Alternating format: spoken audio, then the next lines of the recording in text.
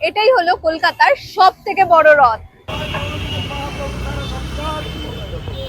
সমস্ত পরিবারকে এমনি খুশি রকম। জয় জগন্নাথ। জয় জগন্নাথ।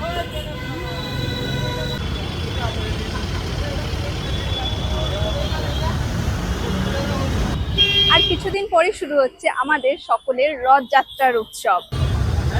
মাতরম বন্দে ইনকলাব জিন্দাবাদ। আর আমি সেই জন্যই চলে এসেছি বেলঘড়িয়ার রথতলায়।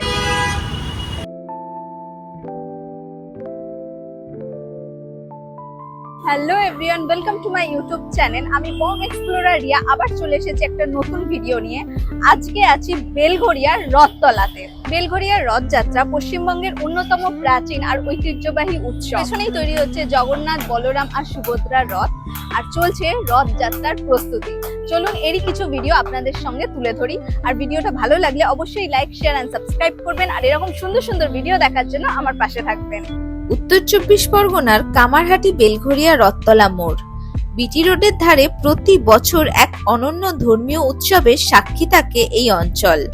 পুরীর আদলে আয়োজিত বেলঘড়িয়ার রথযাত্রা আজ বাংলার অন্যতম জনপ্রিয় ও আকর্ষণীয় উৎসব। রথতলা শ্রী শ্রী জগন্নাথ মহাপ্রভু মন্দির কমিটির উদ্যোগে এই মহোৎসব অনুষ্ঠিত হয়।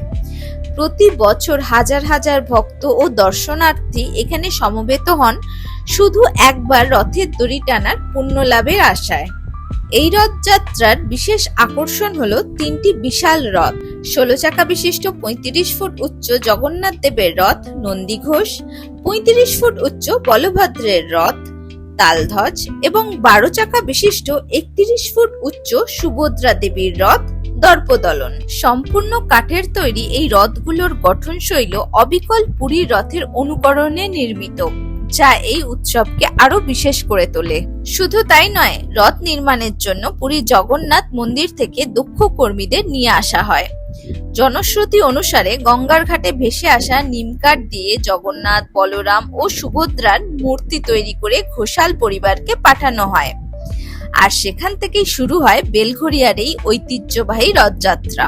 2026 সালে এই মহোৎসব অনুষ্ঠিত হবে 16 জুলাই বৃহস্পতিবার। প্রতি বছরের মতন এবারও উত্তর কলকাতার বেলঘড়িয়ায় রথতলায় এই উৎসব ধুমধামভাবে পালিত হবে। রথতলা মোড় থেকে শুরু হয়ে রথটি বিটি রোড এবং ফিডার রোড সংলগ্ন প্রধান রাস্তা এবং এলাকাগুলিকে পরিক্রমা করে।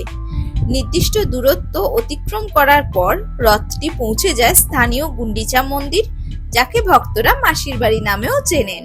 সেখানে প্রায় এক সপ্তাহ দেবতারা অবস্থান করেন এবং সেই সময় জুড়ে ভক্তদের ভিড় ও আনন্দে মুখরিত থাকে সমগ্র এলাকা।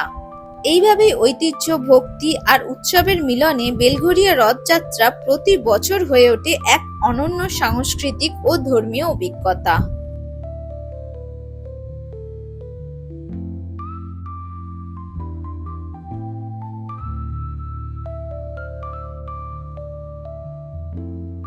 তাহলে আজকের ভিডিওটা আমি এখানেই শেষ করলাম। আশা করছি আপনাদের এই ভিডিওটা ভালো লেগেছে।